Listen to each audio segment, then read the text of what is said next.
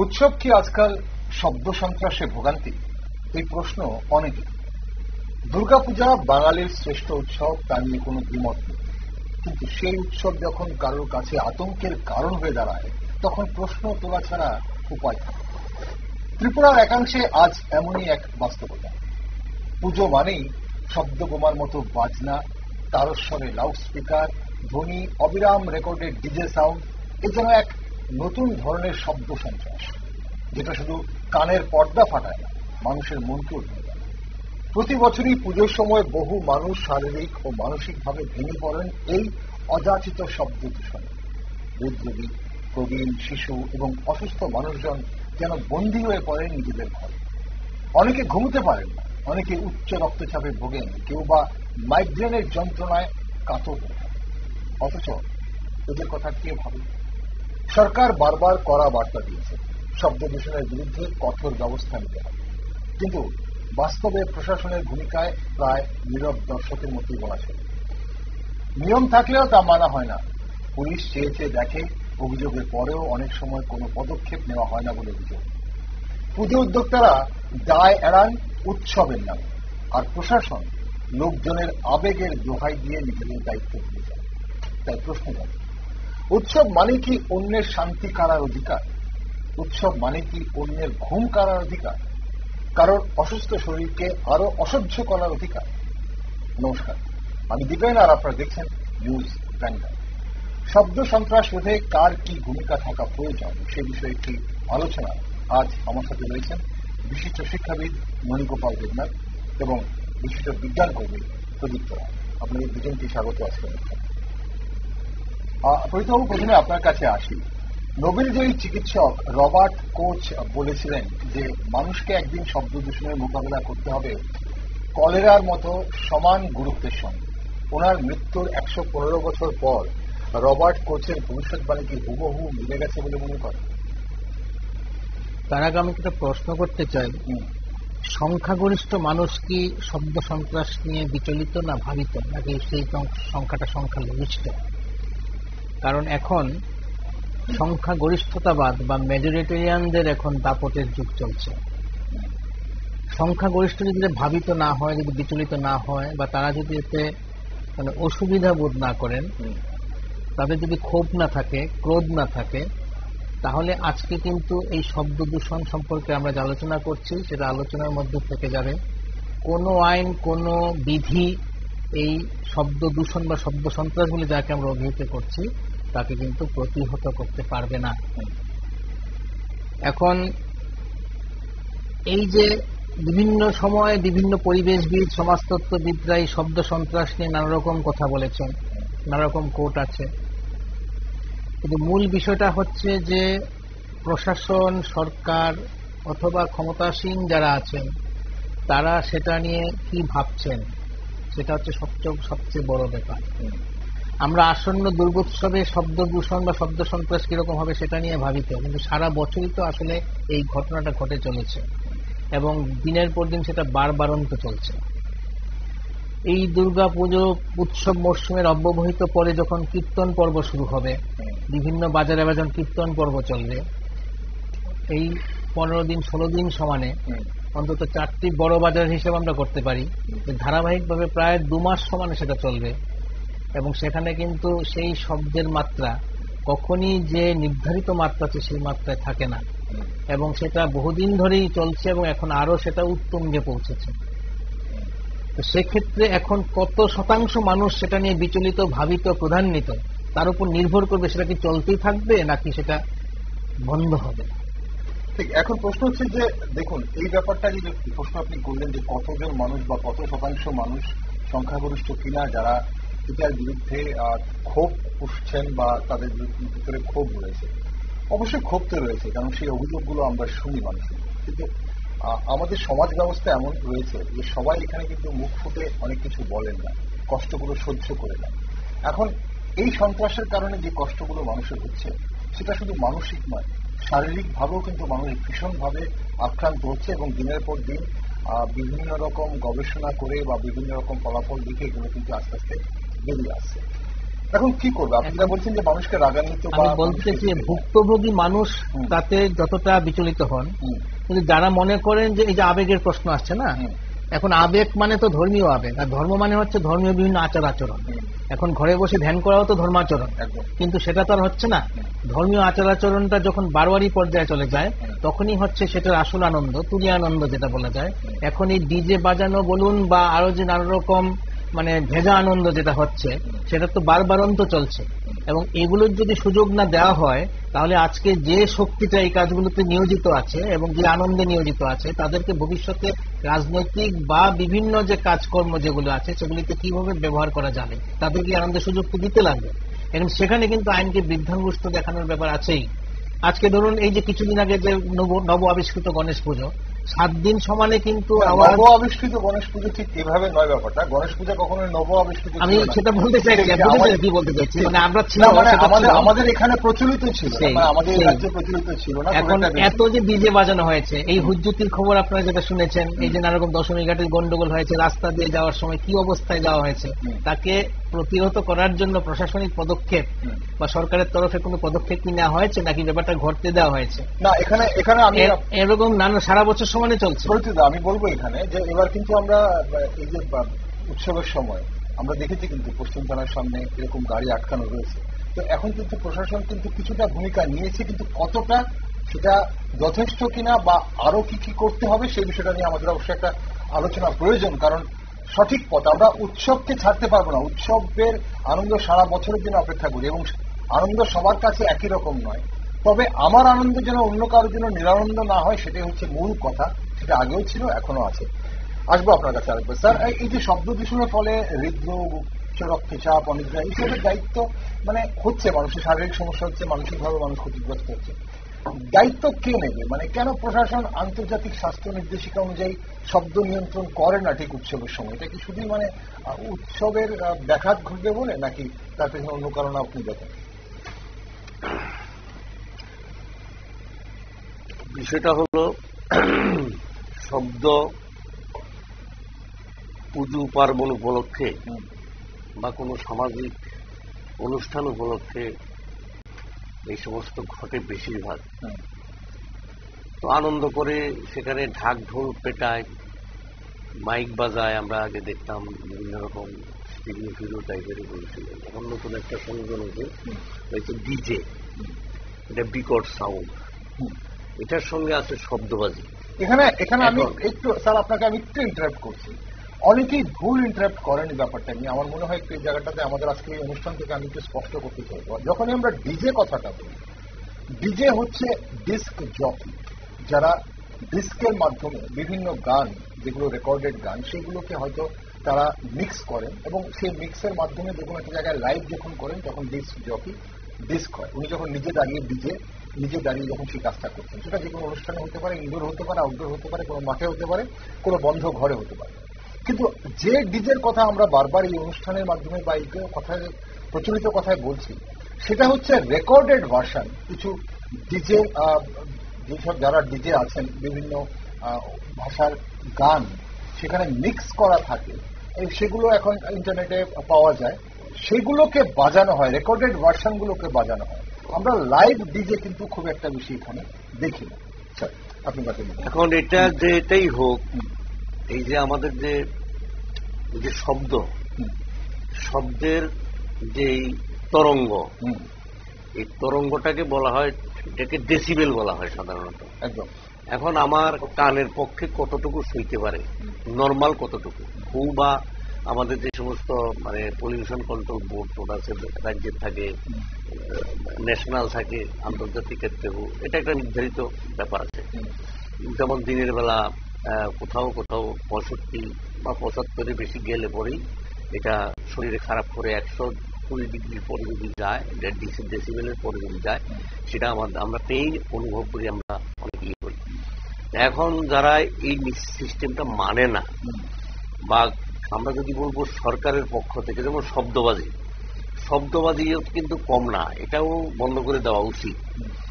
কারণ আমরা যদি দেখি ইয়াং জেনারেশনের পর্যন্ত, বৃদ্ধদের বাদ দিলেও এখন হার্টের রোগ, তারপরে যে কম শোনা আর কি, মানে হিয়ারিং ইম্পেন্ডিং যাকে বলা হয়, মানে মানে কি বলবো এটাকে, যে কানে কম শোনার যে বিষয়টা আছে, এইরকম বিভিন্ন রোগগুলো মানুষের মধ্যে দেখা দিচ্ছে। এখন এটা প্রশ্ন হচ্ছে, মানুষকে যদি আমি এখন অ্যালাউ করি যে কোনো বিষয়, এই যে এখন আপনার এই স্টুডিওর সামনেই যে বড় রাস্তাটা যদি অ্যালাউ করা হয় যে এখানে ঠিক আছে যা খুশি তা করো, দেখবে সব দোকানদার বসে গেছে রাস্তাগুলো অকুপাই করে। এইটাকে এখান থেকে তাদেরকে সরানোর দায়িত্ব কার? অ্যাডমিনিস্ট্রেশনের, প্রশাসনের। এখন প্রশাসনকে তো এটা দেখতে হবে, প্রশাসনের যে সিস্টেমগুলো আছে সেটা কার জন্য? সরকার কার জন্য? প্রশাসন কার জন্য? মানুষের জন্য, মানুষের মঙ্গলের জন্য।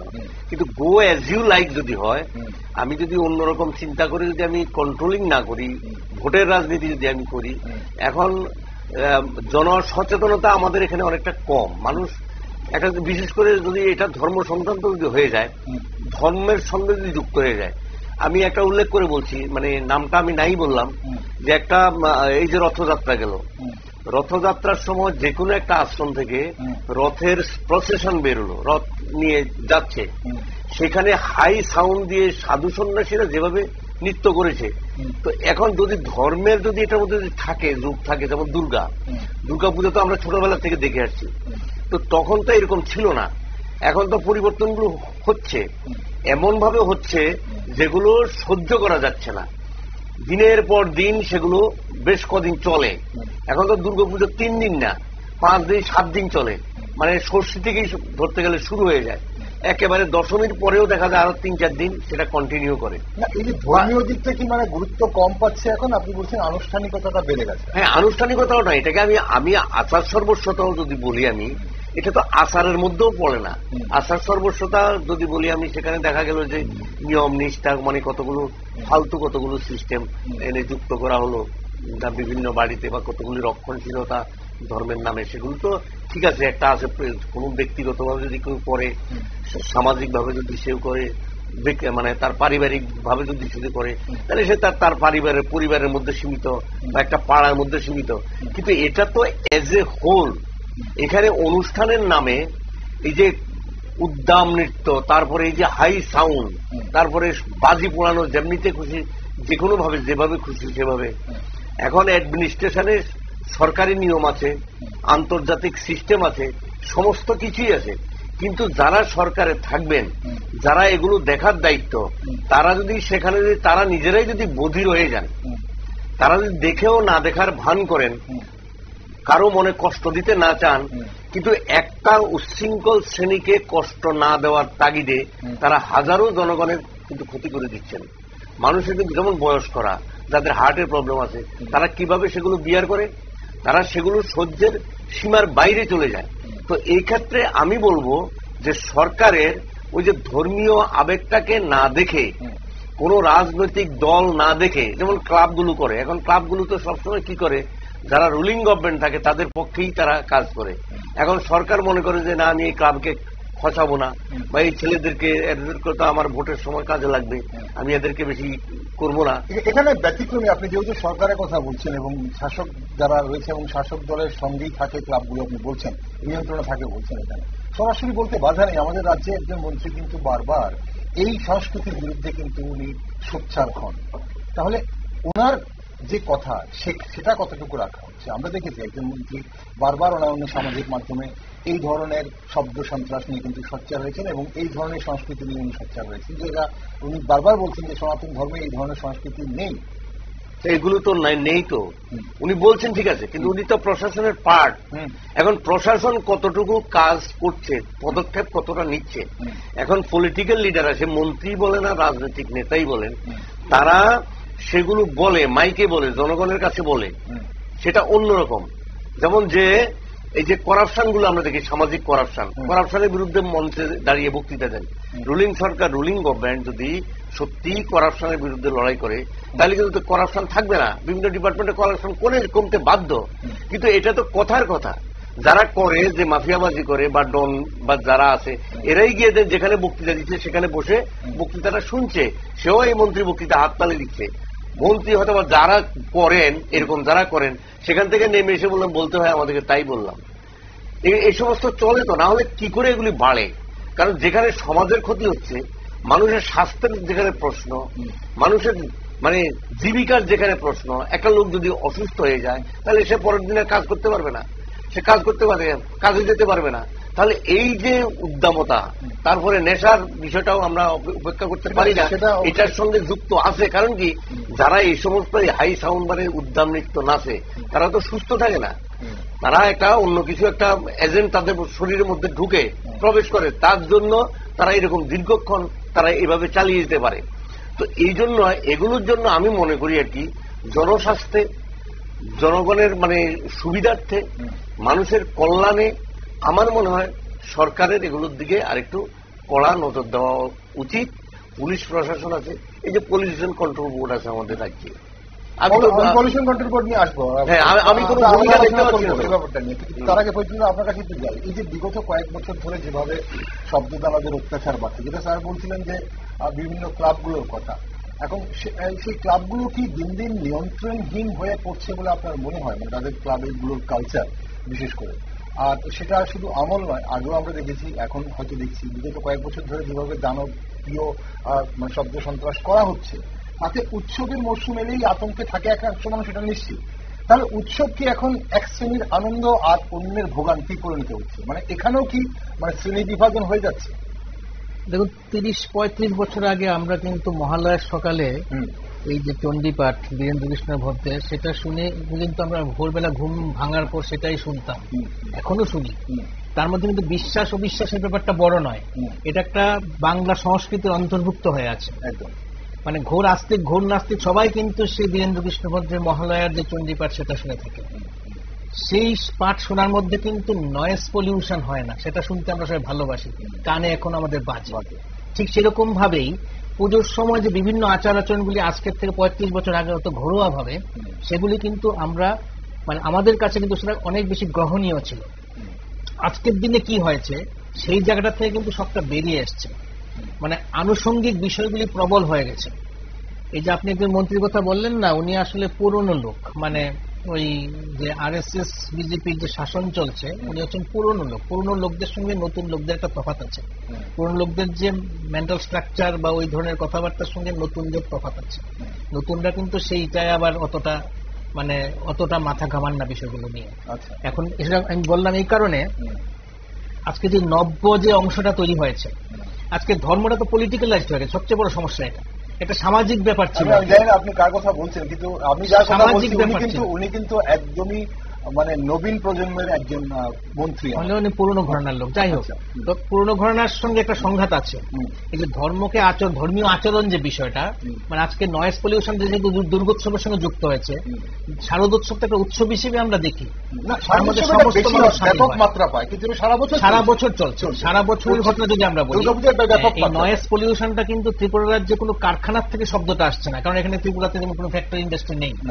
ঠিক আছে, গাড়ি ঘোড়ার কিছু হর্ন বাজে, হর্নের কিছু বিকট ব্যাপার আছে। আর মূলত যেটা হচ্ছে যে বিভিন্ন ধর্মীয় অনুষ্ঠান যে মাইক বাজিয়ে করা হচ্ছে, এই যে আচরণগুলি করা হচ্ছে, আচরণগুলি মাইক বাজিয়ে সবাইকে শোনানোর ব্যবস্থা করা হচ্ছে, তার সঙ্গে এই যে ডিজে বাজিয়ে গান হচ্ছে, এগুলি হচ্ছে মূলত পলিউশন তৈরি করছে শোভাযাত্রাগুলোতে।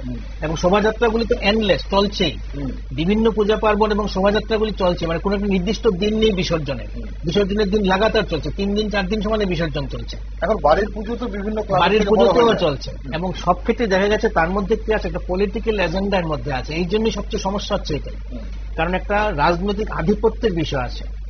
ধর্ম যে একটা শান্ত সমাহিত একটা যে ব্যাপার ছিল আগে, সেই ব্যাপারটার থেকে বেরিয়ে এসে এখন বারোয়ারি ভাবে একটা দম্ভ বা একটা প্রকাশের মানে উচ্ছ্বাস প্রকাশের ব্যাপার হয়ে দাঁড়িয়েছে। এই জায়গাতে আসার ফলে সমস্যাটা হয়েছে যে পড়ুয়া করি না কাউকে, বেপরোয়া আমি, উদ্ধত, কারণ আমার ক্ষমতা আমরা চলছে, এখন আমাদের ক্ষমতা চলছে, এবং আমাদের ক্ষমতা আমরা যা খুশি করবো সেটাই আইন, আমরা যা বলবো সেটাই আইন। আজকে যদি আমি গিয়ে বলি যে বাবারে একটু সাউন্ডটা কমাও না, ঠিক আছে, 2-1 ভদ্র পরিচিত হলে সাউন্ডটা কমাবে, নাহলে কমাবেই না, বরং যদি ইনটক্সিকেটেড অবস্থায় থাকে উল্টা আরো ঝামেলা হয়ে যাবে। এই ভয়ে কেউ যায়ও না, মানে যদি তার অসুবিধা হয় তবুও সে কিছু বলে না, মুখ ফুটে কিছু বলে না।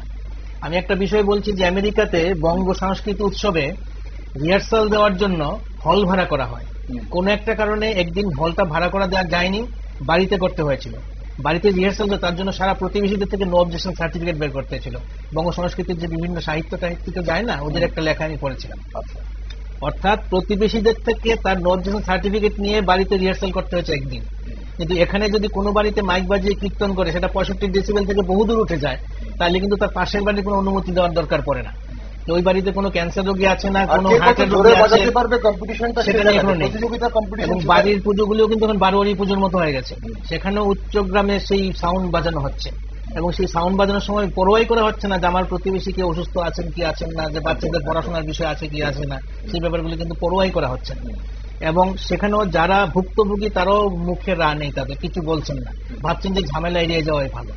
এইভাবে কিন্তু ব্যাপারটা আস্তে আস্তে আস্তে আস্তে ব্যাপকতা পেয়েছে। এবং এই ব্যাপকতা কমানোর ক্ষেত্রে যেই সমস্যা যেটা হচ্ছে যে এখন প্রশাসন, সরকার এবং সরকার আসেন রাজনৈতিক দল এবং তার রাজনৈতিক স্বার্থ, সেটা যদি একাকার হয়ে যায় তখন সমস্যা হচ্ছে যে প্রশাসনের পক্ষে পদক্ষেপ নেওয়া খুব মুশকিল হয়। পলিউশন কন্ট্রোল বোর্ডের কথা একটু আগে উঠেছিল, পলিউশন বোর্ডের ক্ষমতা নেই। 2020 সালেই তো সেই রুল জারি হয়েছিল, pollution noise pollution regulation and control rules. সেই রুলস অনুযায়ী কিন্তু মানে ওই ফাইন করার ব্যবস্থা আছে, ফাইন করার ব্যবস্থা হচ্ছে পেনাল কোডে আছে। রুলস যদি কেউ না মানে তাহলে সেখানে তার এমনকি ইমপ্রিজনমেন্ট মানে জেলের সম্ভাবনা আছে। যদি এই যে রুলগুলো আছে সাউন্ড পলিউশন বা এয়ার পলিউশন থেকে শুরু করে সমস্ত পলিউশন সংক্রান্ত যে রুলগুলি যদি অমান্য করা হয় তাহলে কিন্তু তার জরিমানা এবং জেল জরিমানা দুটির ব্যবস্থা আছে। কিন্তু শোনা যায়নি আজকে তেমন, এখনো পর্যন্ত শোনা যায়নি তেমন ভাবে কারোর জরিমানা হয়েছে, জেল তো দূরের কথা। তো এবার কি হচ্ছে বিষয়টা, এখন পলিউশন কন্ট্রোল বোর্ড বা পুলিশ কারোরই ক্ষমতা নেই তাদেরকে গিয়ে বলার বা তাদেরকে ধরার। বড় জোর গিয়ে একটু অনুরোধ করতে পারে, অনুরোধ করলে হয়তো একটু সাউন্ডটা কমিয়ে দিল কিছুক্ষণ, ঘন্টাখানেক পরে আবার সাউন্ডটা বাড়িয়ে দিল, ক্ষমতা নেই যেটাকে বন্ধ করে।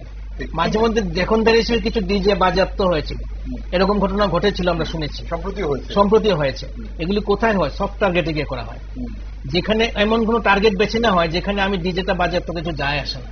কিন্তু বেশিরভাগ ক্ষেত্রে এই ডিজে বাজানোর যে মূল হোতারা, সেই হোতাদের কিন্তু অনেক বেশি লিঙ্ক থাকে, এবং সেটা তাদের না করতে দিলে এরা অনেক বেশি বিগড়ে যাবে, সেক্ষেত্রে সেটা করা হয় না।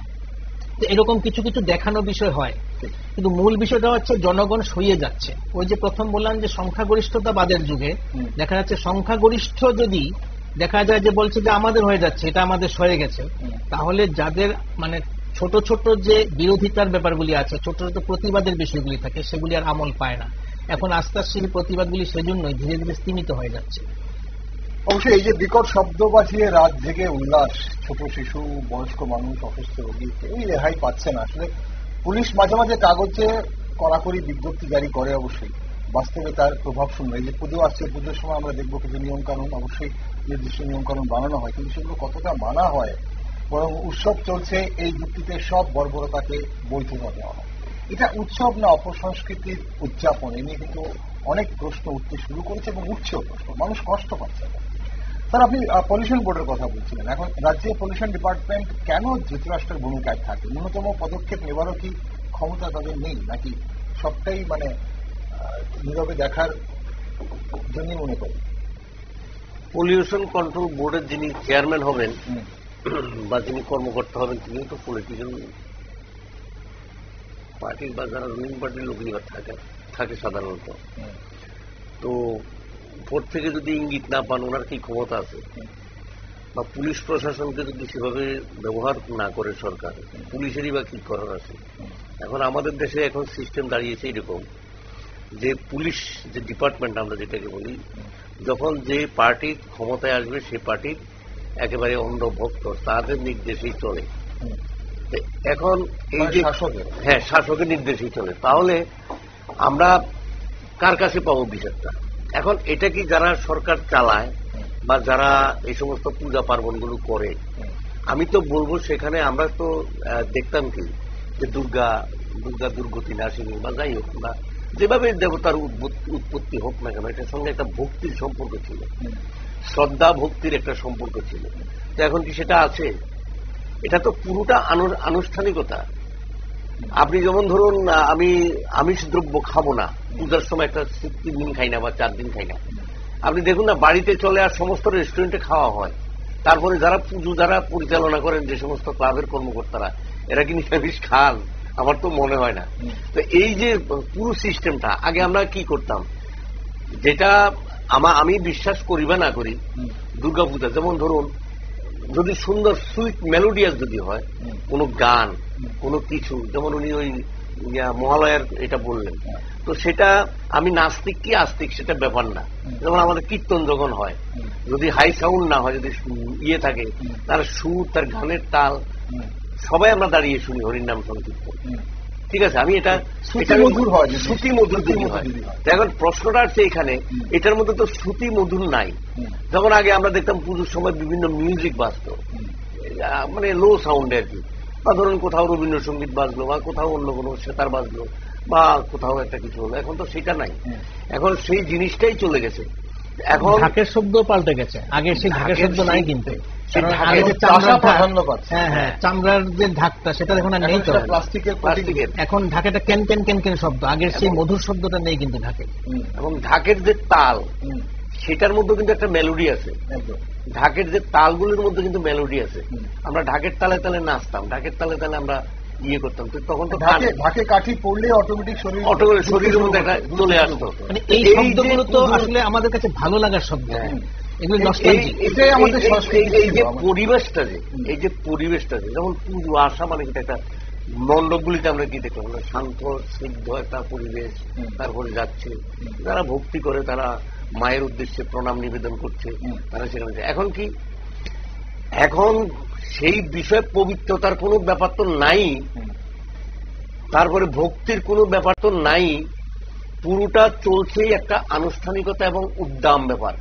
মানে পুজো আসলে এখন যারা, আমি বলবো যারা মিসক্রিন্ট বা যারা এরকম খারাপ কাজের সঙ্গে যুক্ত, মানে ওদের মধ্যে উত্তাল তরঙ্গ চলে আসে, ওদের শরীরের মধ্যে অনুজোয়ার জাগে। দুর্গাপূজা আসলে এখন তো আপনারা কয়েকদিন আগে নিত্যপূজার প্রোগ্রাম করেছেন, চাঁদা সুর, চাঁদার জুলুম, বাপরে বাপ। পুজো আসে, পুজো তো আনন্দের ব্যাপার। এখন পুজো আসতে বলে আতঙ্ক, মানে কি, আমিও তো আতঙ্কে আছি, কখন আসে কোন ক্লাবের থেকে কি বলে, কোনো ব্যাপার স্যাপার নেই। এখন তো আবার 10% বৃদ্ধি, 20% বৃদ্ধি, চাঁদা এবার কিন্তু আমরা আসতে পারবো না। তারপরে আপনি ইয়েতে বাড়িতে এখানে এই যে প্রশাসনের কথা আপনারা বারবার বলছেন, তাহলে এখানে প্রশ্ন থাকে যে আসলে প্রশাসন কার, পূজা উদ্যোক্তাদের নাকি মানে নাগরিকদের? প্রশাসন কার জন্য, মানে তাহলে এই সময়টা না। আরেকটা প্রশ্ন এখানে আছে, এই যে আপনি বলছেন যে প্রোটেস্ট বা প্রতিবাদ, এখন প্রতিবাদ করলে যদি কাউকে, প্রতিবাদ করতে হবে কেন? মানুষের উৎসবের মুহূর্তে প্রতিবাদ প্রতিবাদে আসবেই বা কেন?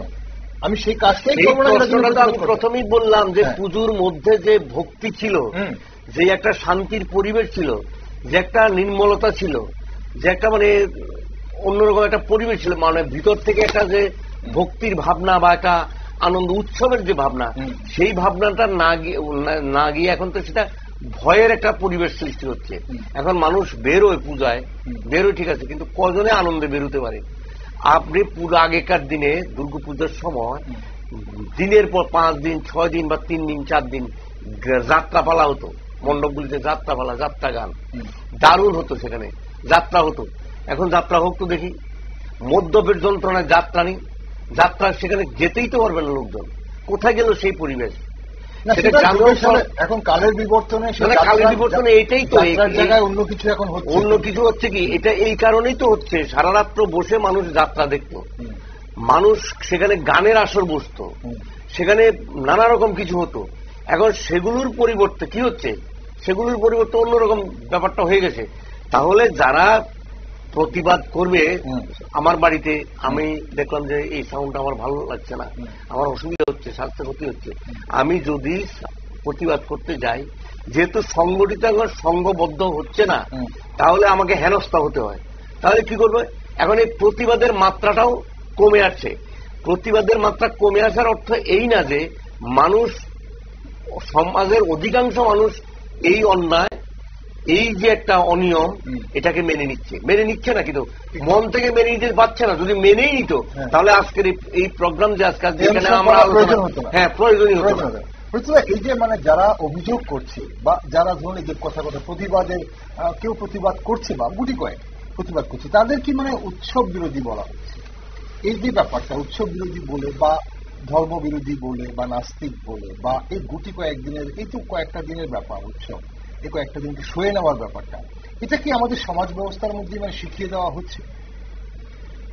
ধর্ম যদি রাজনৈতিক আধিপত্যের একটা মূল ভিত্তি হয়ে থাকে, মানে ধর্ম তো এখন ধর্মীয় আচরণ, যেটা ধর্ম বলতে ধর্মীয় আচরণ, যেটা আচার আচরণ যেটা করা হচ্ছে বিভিন্ন ক্ষেত্রে করা হয়, সেটা যদি একটা রাজনৈতিক আধিপত্য কায়েমের বিষয় হয়ে যায় তখন এই সমস্যাটা আরো বেশি গাঢ় হয়ে যায়। এখন বিষয়টা হচ্ছে যে আমরা তো ছোটবেলা থেকেই দুর্গোৎসব কেন অনেক নানা রকম বাংলায় 12 মাসে 13 পার্বণ সেগুলি দেখে অভ্যস্ত হয়েছি। এই যে বললাম ঢাকের শব্দ আমাদের কাছে একটা ভালো লাগার বিষয়, বিভিন্ন সময় গান হয়, পদ্মপুরাণ হয়, এগুলি বিভিন্ন কিন্তু প্রাচীন ধর্মীয় সংস্কৃতি, এগুলি কিন্তু আমাদের ভালোই লাগে। জারি সারি যে গানগুলো আছে, বিভিন্ন যেগুলো আছে, এগুলি তো আমাদের ভালো লাগে। তার মধ্যে অনেক কিছুই আছে, প্রচন্ড মানে প্রাচীন সংস্কৃতি আছে, সনাতনী সংস্কৃতি আছে, বিভিন্ন ধর্মের বিভিন্ন সংস্কৃতি আছে, বিভিন্ন ধর্মের যে শাখা প্রশাখা তার সংস্কৃতি আছে। অর্থাৎ এই ফর্মগুলি আমাদের ভালো লাগে। যুগের পরিবর্তনের সঙ্গে সঙ্গে চিন্তা ভাবনা চেতনার পরিবর্তন হয়, মানুষের মধ্যে বিভিন্ন সংস্কারগুলির পরিবর্তন ঘটে, আচার আচরণগুলি আগের জায়গায় নেই। 200 বছর আগে মানুষ যে নিয়ম কানুনগুলি পালন করতো সেগুলি এখন আর পালন করে না। বিশ্বাসের ক্ষেত্রেও বিভিন্ন পরিবর্তন ঘটে গেছে। এখন সেটাই স্বাভাবিক, মানুষের চেতনার বিকাশ, শিক্ষার বিকাশ, সমাজের বিকাশের সঙ্গে সঙ্গে মানুষের সমস্ত সাংস্কৃতিক বিকাশও ঘটবে, সেটাই স্বাভাবিক। তো এই স্বাভাবিকতার মধ্যে অস্বাভাবিকতা তখনই আসে যখন একটা চিরাচরিত সামাজিক একটা অনুষঙ্গ হিসেবে যখন ধর্ম না থেকে যখন সেটা একটা রাজনীতির হাতিয়ার হয়ে যায়, রাজনৈতিক দম্ভ আধিপত্য কায়েমের হাতিয়ার হয়ে যায়, তখনই সমস্যাটা দেখা দেয়। তখন তার নিয়ন্ত্রণের মধ্যে আর থাকে না। এখন যারা এই রাজনীতিটা করতে চাইছে তাদেরও নিয়ন্ত্রণে নেই, কারণ যাদেরকে নিয়ে রাজনীতিটা করতে হবে, যে যুব শক্তি, যে বিপথচালিত যুব শক্তি, যাদের যেখানে থাকার কথা ছিল তার বদলে তারা যেই জায়গায় চলে গেছে, সেটাকে যদি কাজে লাগাতে হয় রাজনৈতিক প্রয়োজনে, তাদেরকে এই নিয়ন্ত্রণ অবস্থার মধ্যে ছেড়ে দিতে হবে। আজকে তাদেরকে যদি বলা হয় বাবারা আজকে ডিজেটা একটু কম জোরে বাজাও, এটা শুনবে কেন? আজকে একটু কম পান করো, এটা শুনবে কেন? আরে পান করার জন্য, ডিজে বানানোর জন্যই তো আমরা ক্ষমতায় আছি। এই আনন্দ যদি আমরা না করতে তার আমরা কিসের ক্ষমতা? এই ক্ষমতা জাহির করা, আধিপত্য জাহির করার জন্যই তো আজকে এই বেলেল্লাপনা করতে হবে। না হলে আমরা কেন আছি, কেন আমরা সবাই আমাদের সমীহ করবে, ভয় পাবে, দরকার হলে আমরা এই সমাজে রাজ করব। এই যে অবস্থানটা চলে এসছে, না হলে আমি তোমার জন্য খাটবো কেন? ইলেকশনের সময় তোমার জন্য আমি খাটবো কেন যদি আমাদের এই সুযোগটা না দেওয়া হয়? তার পাশাপাশি আরো বিভিন্ন বিষয়গুলি আছে, সবগুলি এখানে বিস্তৃত আলোচনা করার বিষয় নেই।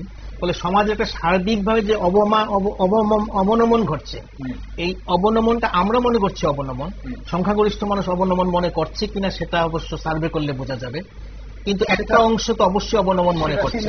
অভিযোগ যখন মানুষ করছে অবনমন তো কিছু অংশ মানুষ অবশ্যই মনে করছে, এবং সেই সংখ্যাটা যতটা আছে তারা যতটা নিশ্চুপ, আর যারা মনে করছে আমরা যা করছি বেশ করছি, তাদের সদম্ভ অবস্থানটা অনেক বেশি দর্পণীয় আছে এবং অনেক বেশি সোচ্চারে আছে, তার জন্য এরা ডমিনেট করছে।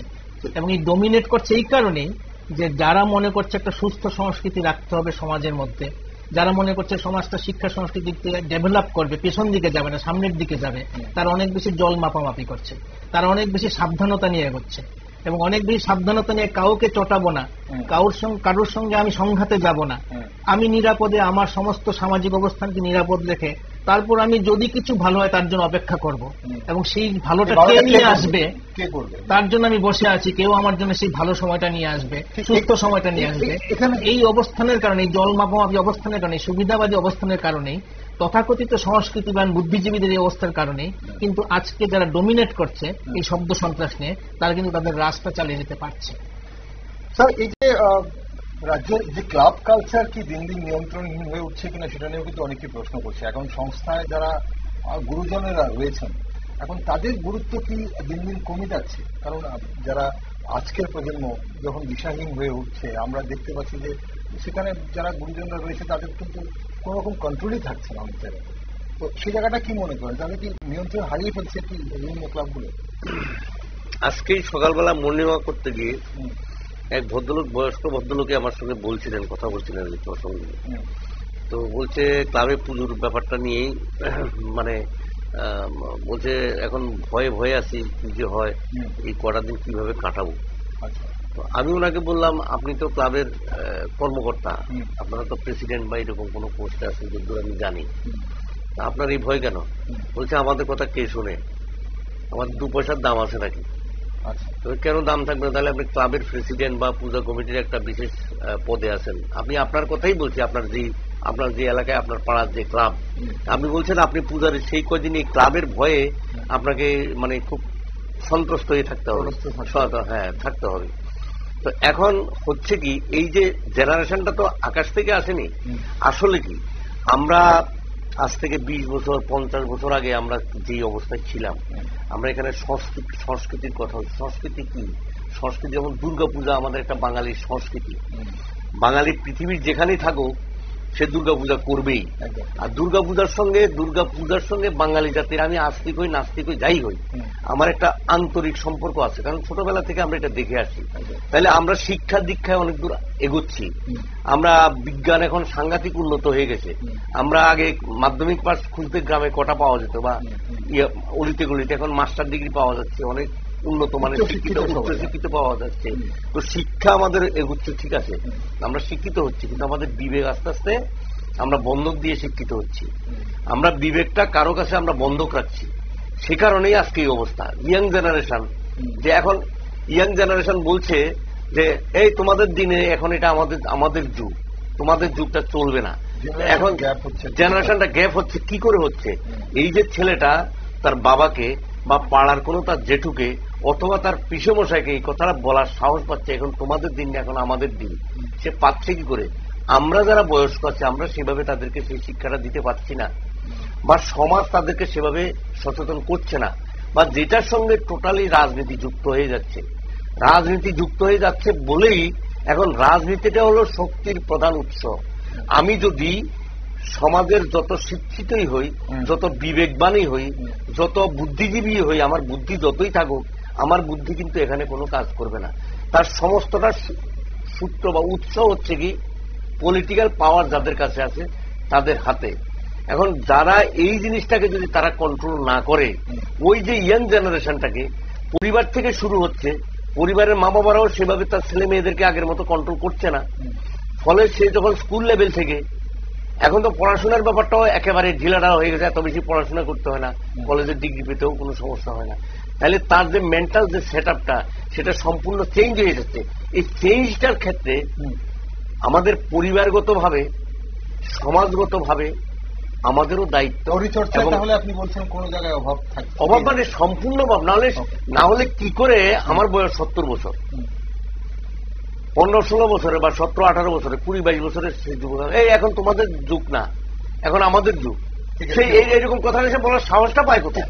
এই জায়গাটাতে মানে ক্লাব, বা এই যে ক্লাব একটা সময় যেটা ছিল, এই যে সামাজিক সংস্থা, সমাজ গঠনের একটা বিরাট বড় ভূমিকা রাখত ক্লাব। এই সেই জায়গাতে ক্লাবের যে পরিবেশ এখন দেখা যাচ্ছে, গুটি কয়েক ক্লাব হয়তো বাদ দিয়ে আপনি কিন্তু সব জায়গায় থাকে, সেটাতে আপনার কি মনে হয় এই সমাজ গঠনে ক্লাবের কি ভূমিকা, বা আজকের যে সংস্কৃতি নিয়ে আমরা কথা বলছি সেখানে ক্লাব? বর্তমান সরকারের আমল না, তার আগের থেকে ক্লাবগুলির বিচ্যুতি শুরু হয়ে গেছে। একটা সময় অ্যামালগামেটেড হয়েছিল বিভিন্ন ক্লাবগুলি, পাড়াগতভাবে ওই যে 10-12টা ক্লাব এসে চাদর জুলুম করে ব্যাপারগুলি বন্ধ হয়ে গেছিল, মানে ক্লাবগুলি কোঅর্ডিনেশন হয়েছিল, এবং ক্লাব কোঅর্ডিনেশন হওয়ার পরে কিছু গঠনমূলক কাজকর্ম হয়েছিল, কিন্তু সামাজিক কাজকর্মেও ক্লাবগুলো যুক্ত হয়েছিল। কিন্তু পাশাপাশি আগরতলায় জমির দাম যখন বেড়ে গেল, জমি যখন মহার্ঘ হয়ে গেল, দেখা গেল ক্লাবের যে মূল কর্তা ব্যক্তিরা তারা দেখা গেল জমি বেচা কেনার ক্ষেত্রে একটা বড় ভূমিকা নিতে শুরু করলো, মানে যে জমির যে নেগোসিয়েশন, দালালি ব্যাপারগুলিতে ঢুকে গেল। তখন থেকে আসলে ক্লাবগুলির মধ্যে আবার এই অবস্থাটা তৈরি হয়েছে। একটা সময় কিন্তু ক্লাবে ক্লাবে ভীষণ ঝামেলা হতো, কোনোগুনি হয়েছে, সেটা আজকের থেকে 35-40 বছর আগের কথা। তখন একটা ক্লাব ত্রাসের বিষয় ছিল, কিন্তু তারপর কিন্তু একটা পরিবর্তন ঘটেছিল। মোটামুটি 90-এর দশকের শেষ থেকে 90-95 সালের পর থেকে 2010, 11, 12 পর্যন্ত একটা মোটামুটি পরিবেশ ছিল ক্লাবগুলির, কিন্তু সাংস্কৃতিক পরিবেশ ছিল। ব্লাড ডোনেশন ক্যাম্প হতো, প্রায় সমস্ত ক্লাবগুলি রক্তদান শিবির করত, শিশু উৎসব করত, সেখানে সুস্থ সংস্কৃতির বিষয় ছিল। তখন এইসব ডিজে ফিজে, ডিস্ক জকি ফুকির ব্যাপারও ছিল না, এত মানে এই যে মানে নেশার ব্যাপারগুলিও এত প্রবল ছিল না। নেশা হয়তো ব্যতিক্রম হিসেবে কিছু কিছু লোক করতো, তারা খারাপ লোক হিসেবে পাড়াতে বিবেচিত হতো। এখনকার মতো বারোয়ারি হয়ে যায় নেশার বিষয়টা, তো এবং মানে নেশা করে যে হুজ্জুতির বিষয়টা আসলে। তো তখন যেটা ছিল সেটার পরিবর্তন কিন্তু ঘটতে শুরু করেছে অ্যাকচুয়ালি ক্লাবের হাতে যখন প্রচুর টাকা আসতে শুরু করলো, কাঁচা টাকা যখন আসতে শুরু করলো ক্লাবের হাতে, ক্লাব বলতে ক্লাবের কর্তা ব্যক্তিদের হাতে, এবং সেখানেই দেখা গেল যে জমি জমার ব্যাপার আছে, তারপর ফ্ল্যাট বাড়ি উঠতে শুরু করলো। এরপরে ফ্ল্যাট বাড়ি ওঠার ফলে প্রমোটার বা বিল্ডাররা বেআইনি ভাবে যখন বাড়িঘর তৈরি করতে শুরু করলো, তখন সেখান থেকে আবার এই বেআইনিগুলিকে আইনি করার প্রক্রিয়ার জন্য সেখানে আবার ক্লাবকে ম্যানেজ করা। আবার ক্লাব, প্রত্যেকটা ক্লাব হইতো যেমন সরকার বদলের সঙ্গে সঙ্গে ক্লাবের কর্তা ব্যক্তিরাও মানে সরকারপন্থীরাই ক্লাব মানে সামাজিক সংস্থা এইভাবে ক্লাবগুলি তার চরিত্র হারাতে শুরু করলো। এখন তো বেশিরভাগ ক্লাবে তো রক্তদান শিবিরও হচ্ছে না, তারপর সাংস্কৃতিক অনুষ্ঠানগুলিও কোন রকমে কোনো ক্লাব নমনম করে সারছে। এর ফলে দেখা গেছে কি তাহলে প্রোগ্রামটা কি থাকবে, এই যে ক্লাবের সঙ্গে যুক্ত ছেলেরা প্রোগ্রামটা কি থাকবে, প্রোগ্রামটা তারাই সাজিয়ে নিচ্ছে, একমাত্র পূজাবালির প্রোগ্রামের মধ্যে ঢুকে গেছে। এবং এই পূজাবালিটা হচ্ছে আসলে আনন্দ ফুর্তি করার জন্য, এখানে ধর্মীয় ব্যাপারটা আসলে খুব বেশি নাই। বললাম যে ধর্মটা তো রাজনৈতিক আধিপত্যের একটা মানে সোপান হয়ে গেছে। ফলে সেখানে কি হচ্ছে যে মানে বিভিন্ন যে মানে নিষ্ঠা করে যে ধর্ম পালন করে এই বিষয়গুলি আছে হয়তো কোনো ক্ষেত্রে, কিছু কিছু লোকের ক্ষেত্রে, কিন্তু বেশিরভাগ কিন্তু আসলে শুধু এইটার জন্য নেই। তারা সেখানে যুক্ত আছে আসলে ওই বিভিন্ন যে আনন্দ ফুর্তিগুলো করবে এবং সেখানে টাকা রোজগারের ব্যাপার আছে, আর্থিক যোগানেরও ব্যাপার আছে। এই যে বিভিন্ন পূজাবালি করাগুলোর মধ্যে প্রচুর কালেকশন হয়, সেক্ষেত্রে শুধুমাত্র এই যে নানা রকম এখন তো অনেক রকম পুজো এসে গেছে। গত 7 বছরে ধীরে ধীরে ডেভেলপ করতে করতে মানে আমরা তো শুধুমাত্র দুর্গা পুজো বা কোনো ক্লাব হয়তো কালী পুজো করে এরকম ব্যাপার ছিল, কেউ হয়তো একটু জগদ্ধাত্রী পুজো করে এরকম আছে। কিন্তু এখন কিন্তু এমন নিত্য নতুন উত্তর ভারতীয় পশ্চিম ভারতীয় পুজোগুলি এখন কিন্তু ধীরে ধীরে সার্বজনীন হয়ে গেছে ক্লাবগুলির মধ্যে দিয়ে, এবং পরিবারগুলির মধ্যে এগুলি চলে এসছে। ফলে কি হচ্ছে সারা বছর একটা প্রোগ্রাম আছে, কোনো না কোনো ক্লাবে সারা বছর, শনি পুজো একটা প্রোগ্রাম ক্লাবে এরকম হয়ে গেছে। অর্থাৎ বিভিন্ন যে ধর্মীয় আচার আচরণগুলি প্রোগ্রামের মধ্যে ঢুকে গেছে, সারা বছর এগুলি নিয়ে এনগেজড আছে। এবং এগুলি এনগেজ থাকার ফলে কি হয়েছে, শুধুমাত্র এটার মধ্যে যদি ঢুকে থাকে সবাই মিলে, তাহলে সে অন্যান্য গঠনমূলক কাজগুলি, সমাজ গঠনের অন্যান্য যে বিভিন্ন কাজগুলি আছে, বিভিন্ন যে আরো প্রগতিশীল সংস্কৃতির মধ্যে যাওয়ার যে বিষয়গুলো আছে, সেগুলি যাওয়ার জন্য সময় অবকাশ তার কই, প্রয়োজনীয় বা কই। ওই জায়গা থেকে ক্লাবগুলি কিন্তু আসলে তার যে মানগুলো সেগুলি পড়ে গেছে, সাংস্কৃতিক মান থেকে শুরু করে শিক্ষার মান সবগুলি পড়ে গেছে। এবং ক্লাবগুলি আসলে এখন পলিটিক্যাল অফিস হয়ে গেছে, বিভিন্ন যে রাজনৈতিক শাসক রাজনৈতিক দলের একটা অফিসে পরিণত হয়েছে ক্লাবগুলো। সেটা বরাবর, সেটা আজকের দিনে নয়, এটা আগেও ছিল, আরো ব্যাপকতা পেয়েছে। আমরা এই মুহূর্তে সেটা আগেও ছিল এবং এখনো সেটা আরো ব্যাপকতা। সময় পড়াচ্ছে একটা শেষ প্রশ্ন, আসলে শব্দ দূষণ মানে যদি উন্নত শহরের পরিচিতি হয়, কারণ আজকাল তো মনে হচ্ছে যে কোনো উন্নত শহরের পরিচিতি হয়ে যাচ্ছে শব্দ দূষণ, তো তাহলে উন্নয়ন মানে কি কানের পর্দা ফেটে যেতে হবে, কানের পর্দা ফাটাতে হবে, তাহলে ত্রিপুরার ভবিষ্যৎ কানে শুনতে হবে, আমরা এরকম ভাবে আমাদের ধরে নিতে হবে। তাহলে কি করা, কি উচিত করার, কার কি করা উচিত বলে আপনার মনে হয় স্যার? খুব ছোট্ট করে বিভিন্ন প্রশাসনের কি ভূমিকা নেওয়া উচিত বলে আপনার মনে হয়? নতুন করে প্রশাসন জানে কি করতে হবে, তারপরে আপনার কি মনে হয়? সেটা তো আমি আগেও বললাম। এখন শনি পূজা যে আমরা দেখছি, আগে শনি পূজা হতো, এখন দেখবেন আপনার রাস্তার পাশাপাশি শুধু শনি মন্দির। আমি ওই দিন একটা গ্রাম অঞ্চলে গিয়েছিলাম, খুব বেশি সময় নেই, আমি সংক্ষেপেই বলছি।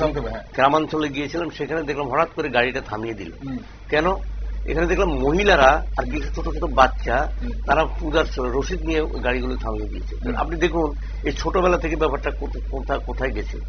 এখন এটাকে কমাতে গেলে সামাজিক সচেতনতা, আমি যেটা আগে বলছিলাম, সেটা যেমন প্রয়োজন, রাষ্ট্র শক্তি যারা পরিচালনা করেন তারা সেগুলির দিকে নজর দিবেন। অ্যাডমিনিস্ট্রেশনটাকে তারা যদি সেভাবে যদি কাজে না লাগান, তারা যদি শুধু ভোটের রাজনীতি করেন, তাহলে কিন্তু হবে না। তাহলে সমাজ কিন্তু একসময় ধ্বংসের দিকে যাবে। আর এটাও ঘটনা, আমরা পারিপার্শ্বিক ভাবে বিভিন্ন রাষ্ট্রগুলি, যেমন এই যে ঘটনাটা আমরা দেখলাম কি জানি নেপালের, যে মানুষের ক্ষোভ কখন কিভাবে কোথায় আসে পড়বে, কোন নেতা ফেতা এই সমস্ত দিকে কিন্তু তখন হবে না। সাধারণ জনগণের মধ্য থেকে কিন্তু বিক্ষোভগুলো সৃষ্টি হয়ে কিন্তু এই সমস্ত গুলো সামাল মানে যারা রুলিং আছে তারা আছে, তারা বিষয়গুলো করে এই তো এগুলো যারা দায়িত্বটা, আপনি বলছেন প্রশাসনের দায়িত্ব নিতে। হ্যাঁ, প্রশাসনের দায়িত্ব, পাড়ার দায়িত্ব, সমাজের দায়িত্ব, সবগুলো। কারণ ক্লাবগুলি তো এখন কি হয়, রাজনৈতিক পট পরিবর্তনের সঙ্গে সঙ্গে ক্লাবের কর্তৃত্ব অন্যদের হাতে চলে যায়। আর এখানে যেহেতু ওই যে ল্যান্ডে যে পার্সেজের ব্যাপার স্যাপার আছে, প্রমোটিং হচ্ছে, সেখানেও একটা চাঁদাবাজির ব্যাপার স্যাপার আছে। এটা একটা অর্থনৈতিক কেন্দ্র হয়ে যাচ্ছে। কারণ নাহলে কিছু করে না, সারাদিন ক্লাবে বসে থাকলে সংসার চলে দিব কিভাবে? ওকে, না সেটা অন্য বিষয়, আমি শব্দ সন্ত্রাসের কথা বলছিলাম। ওকে, আপনার কি মনে হয়? আইন তো আছে, 1986 এর ইন্ডিয়ান পেনাল কোডে তো নানা রকম আইন আছে, জেল জরিমানার ব্যবস্থাও আছে, শব্দ সন্ত্রাস এগুলি করা যায়। তারপর 290, 291 সেকশন আছে ইন্ডিয়ান পেনাল কোডের, সেখানে কিন্তু কঠোর আইন আছে শব্দ সন্ত্রাসের। 75 ডেসিবেল হচ্ছে ইন্ডাস্ট্রিয়াল এরিয়াতে, 65 ডেসিবেল হচ্ছে কমার্শিয়াল এরিয়াতে, আর রেসিডেন্সিয়ালতে 55 ডেসিবেল, আর সাইলেন্স যেখানে থাকে সেখানে সম্ভবত 45 ডেসিবেল। এর মধ্যে মানে শব্দের মাত্রা থাকতে লাগবে, কিন্তু কোথাও সেরকম মাত্রায় শব্দ থাকে না আমরা জানি, এবং সেটা নিয়ন্ত্রণ করার কোনো ব্যবস্থা কোথাও নেই। এখন সেই মাত্রায় আছে কিনা অন্তত 75-এর জায়গায় যদি 95 হয় তাও সই, কিন্তু আমরা দেখবো যে সেটা 130 ডেসিবেলও চলে যেতে পারে। না, কি করা এখন সেই ক্ষেত্রে আমার মনে হয় যে আসলে কারা ব্যবস্থাটা নেবে, ব্যবস্থা নিতে গেলে তাহলে সরকার পক্ষ থেকেই আসলে মানে পলিউশন কন্ট্রোল বোর্ডকে সচল করতে হবে, পুলিশ প্রশাসনকে সচল করতে হবে। এখন যদি সরকার পক্ষে যে মানুষগুলি মনে করছেন যে এই শব্দ সন্ত্রাস হওয়া উচিত নয়, তারা যদি এই ব্যাপারে এগিয়ে আসেন এবং তারা যদি প্রশাসন পুলিশকে সক্রিয় করেন, তারা যদি পলিউশন কন্ট্রোলকে সক্রিয় করেন, তাহলেই একমাত্র এটা বন্ধ হতে পারে। কারণ নাগরিকের দিক থেকে যে অবস্থা আছে, নাগরিক সংগঠিত হয়ে প্রতিবাদ করে শব্দ সন্ত্রাসকে বন্ধ করবে, সেটা এই মুহূর্তে সম্ভব নয়। আসন্ন দুর্গোৎসবের আনন্দ সঠিকভাবে উপভোগ করতে গেলে, সমস্ত মানুষের জন্য উপভোগ্য করতে গেলে, যারা অসুস্থ দুর্বল মানুষ আছেন, যারা ছাত্র আছেন, তাদের পড়াশোনার ব্যাঘাত না ঘটিয়ে, অবশ্য দুর্বলের সময় তার পড়াশোনা কেউ করে না, অসুস্থ মানুষদের ব্যাপারটাই বেশি, শান্তিপ্রিয় মানুষদের ব্যাপারটাই বেশি, তো তাদের কোন রকম ব্যাঘাত না ঘটিয়ে যদি দুর্গোৎসবে আনন্দ উপভোগ করতে হয়, তাহলে আমার মনে হয় সরকার পক্ষের যে মানুষগুলো যারা মনে করছেন যারা এই যে শব্দ সন্ত্রাস উচিত নয়, কেউ কেউ ডিজের বিরুদ্ধেও কথা বলেছেন, তাদের এই ব্যাপারে সক্রিয় ভূমিকা রাখতে হবে। লাস্ট প্রশ্নটা, নাগরিক সমাজের কোন ভূমিকা আছে বা কোন দায়িত্ব আছে বলে আপনার মনে হয়? নাগরিক সচেতনতা অত্যন্ত মানে দরকার, যে আমরা একেবারে সহ্য করে যাব এটা তো হয় না। কাউকে কাউকে বিড়ালের গলায় ঘন্টা তো বাঁধতে হবে। শুধু সরকারের উপর নির্ভর, সরকারকে কে পরিচালনা করবে? এখন নাগরিক সমাজ যদি সচেতন হয়, ক্লাবের মুষ্টিমেয় কয়েকজন বা পূজা উৎসবের কয়েকজন যদি মনে করে এরা ভোটের দিকে যাবে, তাদের দিকে যদি লক্ষ্য করে তাদেরকে ব্ল্যাক মানে ফ্রি হ্যান্ড দিয়ে দেবে, সেটা নাগরিক সমাজ যদি সচেতন হয়, আর ওই কচ্ছপের মতো মাথাটাকে না ঢুকিয়ে রেখে কিছু যদি প্রতিবাদ মুখর হয়, তাহলে এটা সবাই। আর যেটা ওই যে সরকার পক্ষের মধ্যে যারা বিবেকবান আছেন, যারা মনে করছেন যে এটা সঠিক হচ্ছে না, বা ধর্মীয় যারা ধর্মটাকে খুব মানেন, তারা মনে করেন ধর্মের জন্য এখন সবকিছু উদ্ধার হয়ে যাচ্ছে, তো তারা উদ্ধার করুন না, তারাই পুরনো পদ্ধতিতে চলে আসুন, ধর্মটাকে সেভাবে মানুন, ডিসিপ্লিন আকারে মানুন। ধর্মীয় যে সংস্কৃতি আছে, সেই সংস্কৃতির সনাতনী সংস্কৃতি থেকেই তুমি বিয়ার করে নিয়ে যান, তাহলে অন্তত এই যে সামাজিক যে অবক্ষয়, সেটার থেকে উৎসবটা উৎসবের মতো হবে, সেটা সন্ত্রাসের কারণ হবে না, ভীতির কারণ হবে না। সরকার থেকে সচল হলে একটু নাগরিকদের থেকেও সচল হয়ে উঠবে, নাগরিকরা সাহস পাবে এগিয়ে আসার এই বিষয়ে কথা বলা। অসংখ্য ধন্যবাদ প্রতিভা আপনাকেও, অসংখ্য ধন্যবাদ স্যার আপনাকেও আজ সঙ্গে থাকার জন্য। দর্শক বন্ধুরা, সময়ের দাবি এখন সময় পুজো উদ্যোক্তাদের দায়িত্ব নিতে শেখার, প্যান্ডেল বড় করা, আলোর রোশনাই বাড়ানো, এসবের পাশাপাশি শব্দ দূষণ নিয়ন্ত্রণ করাও কিন্তু বড় দায়িত্ব। প্রশাসনকেও আর লোক দেখানো বিজ্ঞপ্তি দিয়ে দায় সারলে চলবে না। কড়া নজরদারি, তৎপর পদক্ষেপ এবং বাস্তব প্রয়োগ ছাড়া এই শব্দ সন্ত্রাস বন্ধ হবে বলে মনে হচ্ছে না। উৎসবের নাম করে যেন কোনো পরিবার, কোনো শিশু, কোনো প্রবীণ আর আতঙ্কে না থাকেন এবার শারদ উৎসবে, সেদিকে অবশ্যই লক্ষ্য রাখতে হবে। উৎসব হোক আনন্দের, শান্তির, সুস্থতা, শব্দের আক্রমণ নয়। তবে প্রশাসন এবার কি উদ্যোগ নিচ্ছে সেদিকে অবশ্যই আমরা নজর রাখবো। আর আপনারা সব খবরের জন্য চোখ রাখুন শুধুমাত্র নিউজ ভ্যানগার্ড।